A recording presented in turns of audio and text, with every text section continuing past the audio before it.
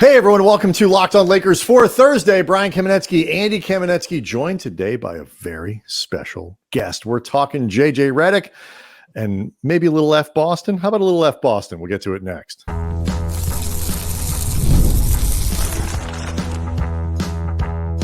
You are Locked On Lakers, your daily Los Angeles Lakers podcast, part of the Locked On Podcast Network, your team every day. Thanks to everybody for making Locked On Lakers first listen of every day, Monday through Friday. No matter how or where you get your podcasts, it's always free. It's never behind a paywall. And Locked On Lakers on YouTube is where over 24,000 subscribers are all hanging out on and are incredibly excited, Andy, to see our friend, the Lakers insider at LakersDaily.com. He is the host of the Lakers Lounge podcast, where you and I and web program where you and I will be appearing very, very soon. Really, as soon as we're done here. He is also, Andy, the former landlord of this very space. Thank you very much, guys. It's like visiting my old house. Like, I don't know if you guys ever did that when you were kids. We moved out of our own like condo, and then went back there one day, and all of the furniture and the paint. I remember the new owners painted their living room like bright pink. And my mom was livid. She was so angry. And you brought the whole family back in to see what they did. Well, it was my mom's idea. She was just like, I want to see the whole place, and so she brought everybody in, and then she took one step inside the living room. She was like, "We got to go. I can't see this anymore." and I'm actually having the opposite feeling right now, because for years I begged David to do the purple logo, and the purple logo looks so good on Locked On Lakers, and I'm like so jealous that you guys get the purple logo. It looks incredible. He actually told us the day after you left, like, guys, we can break out the purple logo now. It was purely out of spite. Do want to let people know that today's episode is brought to you by Game Time. Download the Game Time app, create an account, use the code LOCKEDONNBA for $20 off your first purchase. Terms apply. He said, this is what he gets for arguing with me over the length of segments. And so it's a little insider joke. So we are at a place, I know, Anthony, you've been writing a lot about this at Lakers Daily and doing some reporting on it. And, Tuesday was obviously a huge day in the news of the Lakers and their head coaching search as they zero in on JJ Redick. And as Andy pointed out on Twitter, when exactly did they zero out on him? It's very much that joke on Friends when Ross finds out that Rachel has a crush on him and then has decided to get over him, and he's like, "You're over me? When were you under me?" like it has felt very much from the beginning of this that they've been zeroed in on JJ Redick. There doesn't even feel like there was ever a point where it was even like a 500-foot. Or James Borrego on the outside. Yeah, it's always just felt like they've basically been like, they've been borderline stalking JJ Redick, if we're really being honest about this. Yeah, when I was told, like, right at the beginning of it, that the Lakers, and I'm like, this is on good authority, that I was told that the Lakers were hoping to be wowed by JJ when they interviewed him. Like, that was the starting point of it. And it was like, well, if there's one thing JJ is going to nail, it's going to be the interview. That was it. So from that point on, everybody else, myself included, has worked from, so it's going to be JJ. It can't be anybody else, and we've been given no reason to feel otherwise in this entire process. It's just been, again, I was going to say, I didn't want to say it with Jovan. I'm not going to say it here. I'm not going to say it's a charade. I don't think it's that far or anything like that. But what about a charade? It has certainly been like adjacent. It's charade adjacent. Okay, this actually leads really well to the first question I wanted to ask you, because you've done a lot of digging around behind the scenes of this, and we were just talking about how Redick, it has felt like every single impression began this thing as the front runner from the outset, based off literally no job experience, which is very unusual. Not the idea that a first-timer would get hired with no experience, but to be the clubhouse leader out of the gate with no experience, that is unusual. What do you think was the impetus for JJ Redick starting so out in front? I have long thought that the thing that Rob Pelinka is absolute best at is remaining employed. Like he is incredible at it. And this is one of those situations where if this doesn't work out, it doesn't matter how many times LeBron can go out there and tweet it right now. I am not involved in this. I am not. This is all that guy. And we have actually seen LeBron do that in press conferences, right? He'll be asked about a personnel move that the Lakers are thinking about doing, or it'll be approaching the deadline, and they'll ask him, what do you think about the roster? Do you think he needs upgrades? And he'll say, that's a Rob question. That was a verbatim answer that he gave at one point last year. It doesn't matter. If they hire JJ Redick, it's going to be seen by the masses as a LeBron James hire. And so if it doesn't work out, it's a LeBron James hire. Rob can kind of sort of, he has some plausible deniability there, even though it's a LeBron James hire. I mean, is it that hard to hire a coach that you go about finding the guy based on your ability to get out of it when it doesn't work? I mean, the other 29 teams around the league, they also hire coaches. Like, couldn't you just look for somebody that you think would be good? To be fair to JJ Redick, you have to separate process from Redick. Like, yeah, none of these things about the charade and even like there is something to be said for this is the guy we want. Like, this is the talent we've identified. We know it's unconventional. We know it's like when they first started hiring, agents to be GMs. When they hired Magic and Rob in tandem. I was trying to think unconventional. It is. I was trying to think of happier examples where it worked out better. But Leon Rose in New York has that was people raised their eyebrow like, what the hell are you guys doing? Look at Dolaning, and it has turned out to be a pretty positive thing with the Knicks. Like, you can do unconventional things and focus on unconventional people and not get caught up in the safety of a typical resume and doing all those other things. It's that I think what makes this look so silly from a process standpoint is the kind of kabuki theater of, oh, no. Redick is just one of the people we're talking about. Like, we're very interested in James Borrego. Like, we're like, James Borrego is going to be the guy who coached the Hornets you're going to fire Darvin Ham. And, in this moment, you're going to hire James Borrego. Like, that's what you're going to do. Like, no, it's not. And like, they did interview Adelman and Nori, but like, you've heard no kind of heat around those interviews and no sense from anybody who's been at the table with the Lakers that any of these interviews had momentum behind them. And so, I've compared this, and we'll take a break here, but I've compared this to, like, if you start in college football in October or September, whenever it starts, as the second ranked team in the country, the number one ranked team in the country, you have a leg up over the 18th, 19th, 20th, 22nd preseason ranked team. And like you say, if you don't screw up over the course of the season, if you don't lose, you're going to the championship game. That's where JJ Redick was. As long as he didn't screw up. And like you say, Anthony, I think we tweeted about this, your Wednesday afternoon. I was replying to something that you said. Like, the one thing he wasn't going to mess up was the interview. And if there was ever a guy who could confirm your priors in an interview setting, it would be him. So I want to ask you, though, kind of what it means that they didn't necessarily follow a good process, what it says about them. And then, setting all that aside, are you actually kind of excited to see what this might look like? Because the Lakers have a lot at stake going forward. So all of that next.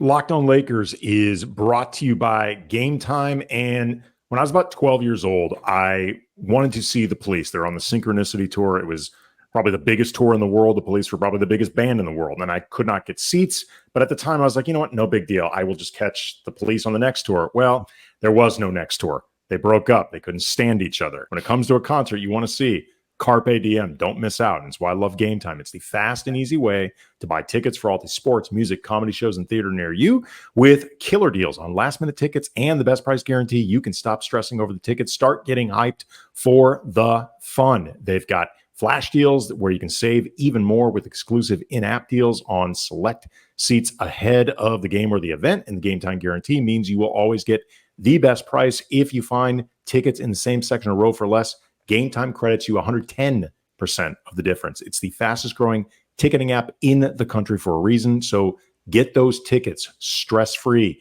using Game Time. Download the Game Time app, create an account, use the code LOCKEDONNBA for $20 off your first purchase. Terms apply. Again, create an account, redeem the code LOCKEDONNBA, $20 off. Download Game Time today.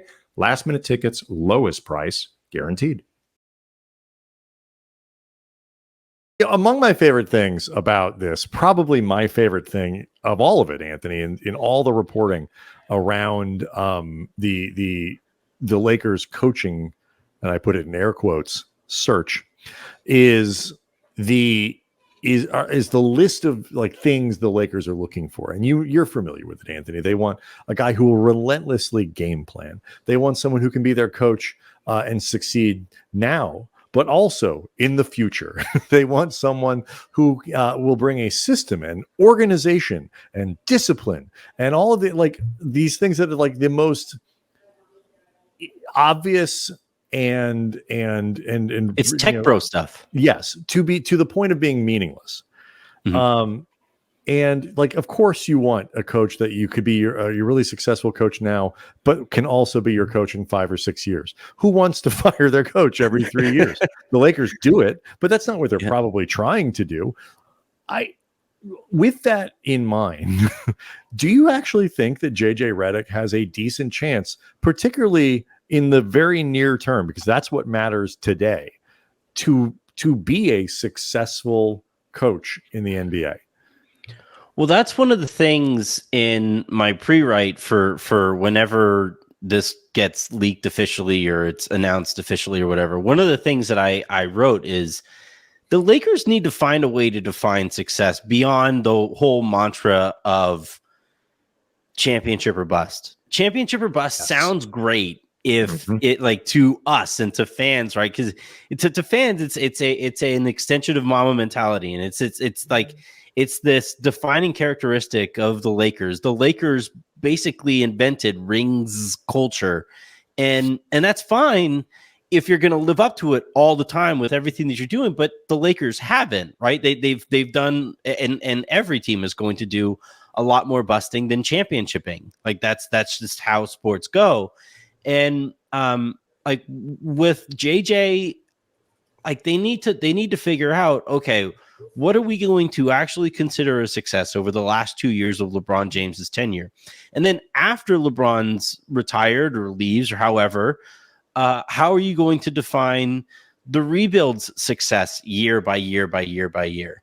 And unless they're willing to do that and have those kinds of conversations, because I don't know if they ever really fully understood that with Luke. I don't think they ever really fully understood that with Frank. I don't think they really got it with Darvin, because, like, let's look at Darvin, for example.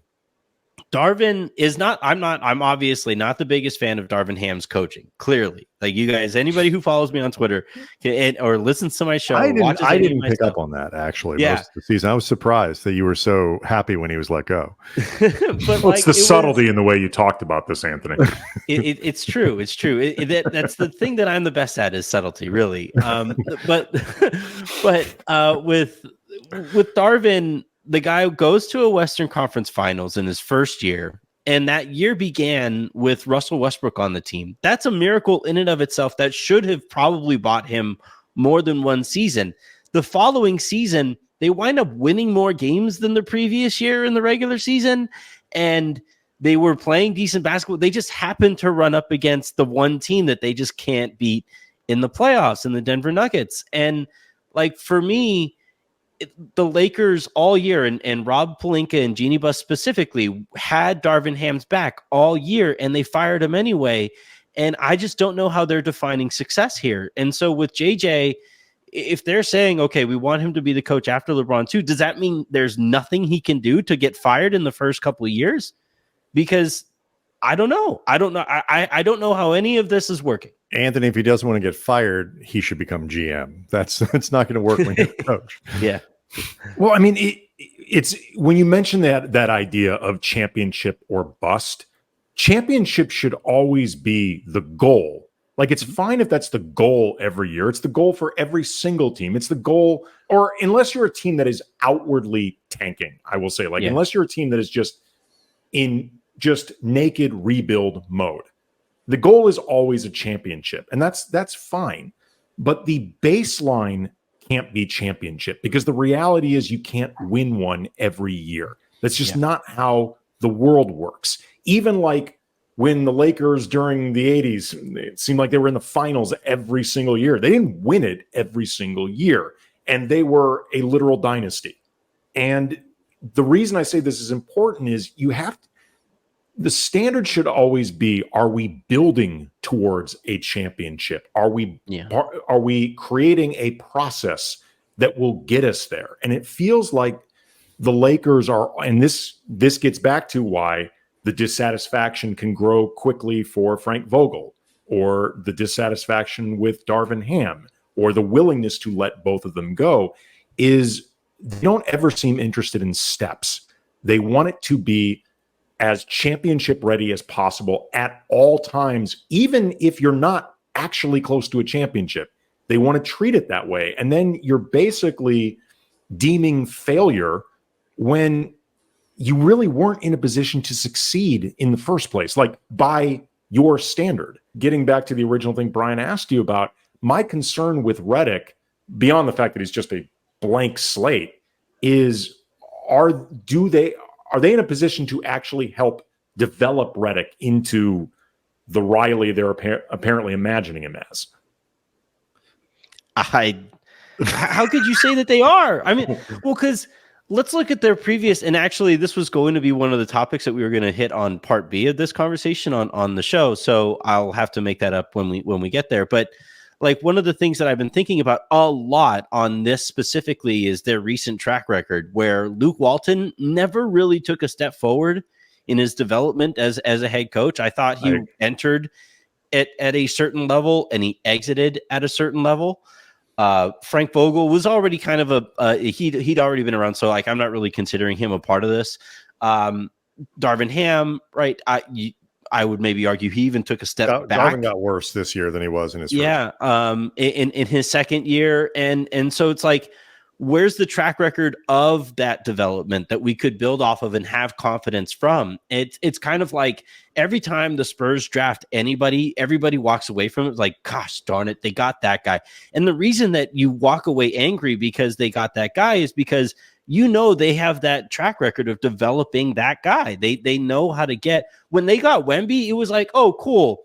The team that is the absolute best at developing all of these players also just happened to get an alien. This seems unfair. And like with the Lakers, it's kind of the opposite of that with whoever they hire here, whether it was Redick, whether it was Nori, whether it was Adaman. I would even make the argument with Borrego, because he only had the one stop, and it was a pretty unproductive one stop in Charlotte. Like, no matter who they hired, unless they had a winning record goals in Charlotte a year that he was there. I mean, that doesn't happen much. Yeah, I guess you know what? Nobel Prize, honestly. Like for in fairness, I'm not kidding. Like, the degree of difficulty with that is not low. Well, you were saying, like, Andy was making the point that like the goal for every team is championship. I think the Michael Jordan Charlotte Hornets might not actually be the case, because he was trying to be profitable. But like the problem here with me and whether or not the Lakers can develop Redick is, I just don't think they have the patience. They're like a kid scrolling through YouTube reels. If you don't get their attention in the first 5 seconds of that video, they're going to scroll up and they're going to screw up. Yeah, I'll make this comparison. We'll go to the break, and we'll talk maybe Very about poetic. what they can do. That was good. So you should have saved that for your show. If you have a rookie player who is a pretty strong rookie season, where it ends, well, it's not perfect, but it's like it ends on a really high note, and that's what it was in Darvin Ham's first year. That player comes back for his sophomore season and underperforms. You're probably not taking that guy and being like, F it, gone. Yeah. That's what they did with Darvin Ham. And I'm not saying he didn't deserve it, but I'm saying when you hire a guy with no head coaching experience, you have to assume that there is going to be a learning curve, that it's not good. Like Darvin's first season and his second season presented him different challenges. All three of us, I think, would agree, without rehashing the whole thing, he didn't respond well to the challenges of the second season. Does that mean he couldn't have grown into them in the third year? I don't know, and we're not going to find out. And I don't think the Lakers should have waited. But if you don't learn from that as the Lakers, you're going to be setting yourself up for the same problem with the guy that you just hired. And when you have a win now, win at all costs attitude with your roster, or at least feel like that's the thing you have to project, then it's hard to do that and develop a coach at the same time. So they think he'd better be Pat Riley. But that whole Pat Riley thing brings up an interesting issue. And so we'll talk about that and what exactly the Lakers can do this offseason, where you, Anthony Irwin, think they need to improve to give Redick the best chance to succeed. We'll get to all of it next. Locked On Lakers is brought to you by PrizePicks, America's #1 fantasy sports app with over 3 million users. The easiest, most exciting way to play DFS. Just you against the numbers, pick more than or less than on 2 or more player stat projections and watch the winnings roll in. Get in on the playoff action and win up to 100 times your money on PrizePicks as you and the world's best players take the game to a new level during basketball's postseason. You can now win up to 100 times your money on PrizePicks with as little as 4 correct picks. Turn $10 into $1,000 with basketball and hockey entries today on PrizePicks, America's #1 fantasy sports app. PrizePicks now offers Apple Pay for quick and easy deposits into your account this basketball season. Again, really simple to play. You can make your picks, submit an entry in less than 60 seconds. Go to prizepicks.com/LockedOnNBA. Use the code LockedOnNBA for a first deposit match up to $100. PrizePicks, pick more, pick less. It's that easy. So, Andy, you made this point. I know, and I've seen Anthony make this point. You guys can argue about who made it first and who stole from the other one. But when the Lakers, when it gets reported, the Lakers think of JJ Redick as, with that Pat Riley potential. He's a guy with that kind of potential and possibility in front of him. And then you count to, 20, and you wait, and there's no counterbalancing leak from anywhere that would obviously come from the Lakers, where somebody's saying, slow the bleep down, knock that off. Where nobody said, nobody tries to squash the idea that this guy out here is Pat Riley. That's your next coach. You have to hire that guy at that point. That's the thing that was, what do you do? You're not going to hire Pat Riley? Yeah, we don't want Pat Riley, actually. We're good. Well, I mean, for the sake of expediency, first of all, I will say that Anthony said it first and that I took Anthony's thoughts. But you don't believe it, though. What I also, though, find fascinating with that, Anthony, too, is just the idea of how they landed on Pat Riley so early in the process. I'm not 100% sure that they had a formal interview with Redick at the point where the Riley leaks had come out. And beyond the idea of this being overselling it, it also gets to a big criticism I've had of this organization, to be fair, dating well before Rob Pelinka was running it. Ever since Phil Jackson, I don't think they've known what they want in a coach, because I don't think they frankly find coach all that important. They find stars important. And while stars obviously are important, this is all part of an ecosystem.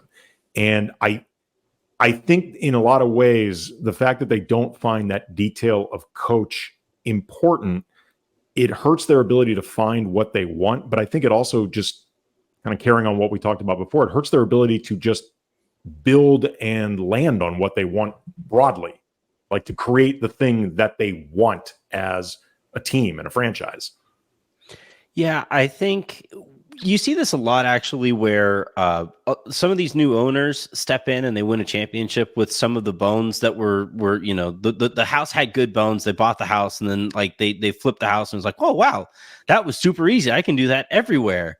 And you see this with the Golden State Warriors, where they'll just be the example that I use, where Joe Lacob steps in, they win right away. Not only do they win, but it looks super easy while they're winning, right? They are literally like the first step in the evolution of the sport. And that gives you such a head up on everybody else that winning looks remarkably easy. And I think that really kind of hurts you in the long run, because you think winning is just going to be that easy. You have figured it out, right? There is nothing scarier than a mediocre golfer after a good shot, because they think they've figured out the sport, and their next shot is going to be a duff. It's just going to happen. Know what's going to happen. Stop tweeting me, Anthony. and like with the Lakers, I think especially the people who are making these decisions now, Jeannie Buss kind of specifically here, she saw Phil Jackson coach, and he made coaching look so easy, and he was so good at it. And he had such a great way of relating to players and understanding stars and personalities and all of these things. And they won the first season that he coached there. Yeah, and went on a dynastic run. It wasn't just that they won, it's that they went on 2 dynastic runs with Phil Jackson. And you start to say, like, he made that look so easy. You become almost like spoiled by that success and you don't quite realize what actually made Phil Jackson special. It's like when Darvin Ham was not calling timeouts, and I would be freaking out on Twitter about it's a 13-0 run, Darvin. Can we like split this up a little bit? And people would reply to me, well, Phil didn't call timeouts. I'm like, is that Phil Jackson? Like, is that like, that's not Phil Jackson standing over there. Phil could do that because he understood the culture that you laid in practices and what players would rely upon in those moments to figure it out on the court on their own. Darvin didn't do that. And I think what you see here with the Lakers is an organization, and I don't want to single out Jeannie here. I guess I'm going to, but Jeannie was so spoiled watching Phil figure that out so quickly and so thoroughly that it does lead to that kind of apathy towards the position. And I think that's going to continue to sting them until they realize, A, it's really important, and B, it is really, really difficult. What I took from that is that you think that Jeannie should date JJ Redick. So I apologize if I'm misinterpreting. How much more likely? If I could pick of any of these guys with the full caveat of nobody knows if David Adelman is a good head coach. He's never been a head coach. I don't know if Mike Norrie was going to be good. I would have probably hired Adelman. Like, my outsidery kind of looking at all the different factors, whatever, that was the guy that I was gravitating towards the most. How much, given that they were, you're looking at Borrego, you're looking at one of the first-time head coaches, you're looking at how much less likely do you think it is that the Lakers will get the 3 or 4 or 5 wins they need from coaching this year over what they got last year if they're going to get where they're going? Before you even get to the roster, they do need to win more games based on the quality of their coaching. Do you think they necessarily lose much going with Redick versus those other guys? It's an impossible question to answer, I understand. It's tough. It's on one hand, it's basically this is more of a Darvin question, I feel like, than it is a JJ Redick question, because the things that Darvin figured out later in the year, i.e. playing his best players, like that's the kind of thing that you would hope that the next coach is just going to figure out and hit the ground running with. So in that regard, I would say that, yeah, I do think it's fairly likely that JJ Redick will, because he was freaking out all year too. Like if you kind of watched him analyze the Lakers, he would sit there and he would wonder, why aren't they playing Rui? Like what's going on here? What like, and so if he has those instincts watching it as an outsider, you would imagine he's going to implement those things from an inside perspective and an internal perspective. So I think that you would see that improvement.